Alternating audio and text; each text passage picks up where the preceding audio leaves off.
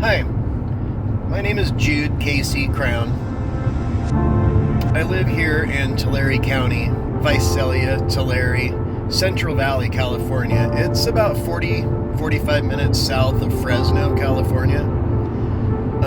It's not an area that a lot of people know much about unless they come here, unless they live here. It's a farming community mostly. They have a lot of citrus here, a lot of nuts. There's a lot of agriculture here. I think more oranges come out of this area than Florida. It's just not as publicized and as well known. It's a really beautiful area. It's a beautiful farm country. There's a couple things here that people don't really know about unless they come here. There's a lot of gang violence here. It's kind of a strange combination where there's a lot of agriculture and farming community and gang violence and drugs. And there's a blossoming homeless population here, larger than you would think for such a small community. I'm gonna go and look at one of the tent cities in the area and share it with you. My wife and I have decided to try to do just our small part. We're not special. We don't have any special training. I was homeless once in Denver briefly. I lived in a SUV and I had a job and I kind of hid that I was homeless. People didn't know that I was homeless. I went to work every day. I was earning money, so I was able to still feed myself, and I bought a state parks pass and used the restroom facilities and slept in Colorado state parks outside of Denver area. And I mostly kept it a secret, but it was an experience that changed who I am. It changed how I see my world around me, and it changed my understanding for how fast that could happen to anyone. It can happen to absolutely anyone in a moment. If you have a couple emergencies happen, if you lose where you are and don't have some savings, if you don't have a perfect credit history or rental history, or if you rented privately and don't have a record to show everywhere you've lived, it can be very hard to rent a place. But here in this county, it's growing quickly. So I'm gonna go visit a spot where there's a lot of people camped in tents. And I'm gonna do some recording and talk to some people there, and I'll edit that in.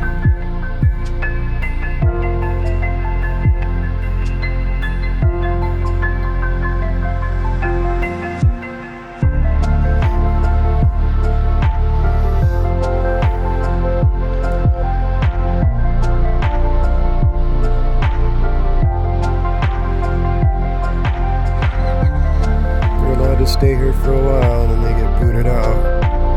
They kind of come and go.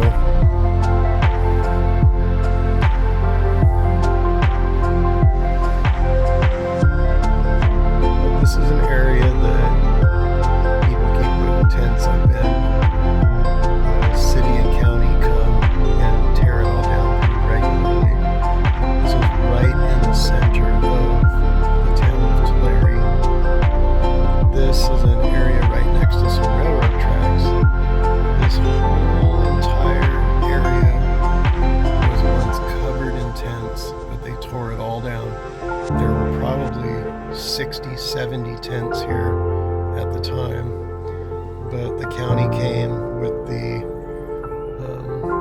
train company. The train actually owns this property right along the tracks, so they came here and made everybody tear all their stuff down. So now it'll pop up for a few days and get tore down, and pop up for a few days and get tore down.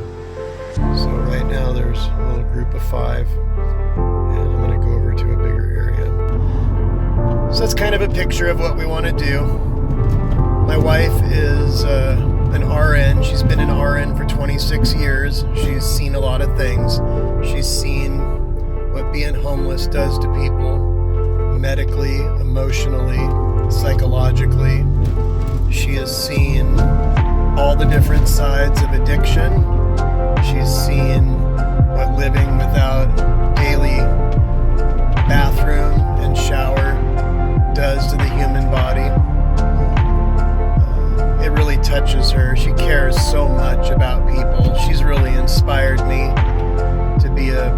person and want to help others. When I think back on what it was like to be homeless, and I talk with my wife, it moves me, it touches my heart, it makes me just want to do whatever I can do. I am good at talking to people, I'm good at organizing people, I'm good at motivating people to do things together, move in a good direction together as a team. I enjoy that. We're excited and nervous. We don't want to be judged by other people who don't trust. There's a lot of people in the world today that don't trust that your motives are good. We don't want to feel those feelings, but we probably will. There'll be people that attack us and don't believe that we're going to do what we say. So for that reason, I am going to work really hard to get a nonprofit organization established if money starts to roll in. I'm not going to do it unless money starts to come in. But if people look at what we're doing, decide that they want to trust us, or that our idea and motive and plan has value, and they want to trust us with their money, then I will, so that I can show where that money's going, how it's being spent. I don't mind doing that at all. So that's our game plan. That's what we're going to try to do. I look forward to seeing the look on people's faces when we actually help them. When you see a person who's been on the street for a while realize that they're going to have a home. I've watched other people have that impact on lives, and I want to be that guy. I really do. It sounds like an amazing thing to help other people. I know that I appreciate being helped when I need help, and I look forward to helping other people change their lives and seeing what happens next in their lives after they've changed direction and have hope. So please help us if you're interested in helping us and trust us. Please use the GoFundMe site, donate what you can. Please don't give us more than you're able to give. Don't hurt yourself caring about other people. But please care about other people if you can, and help us if you can, and trust us if you can.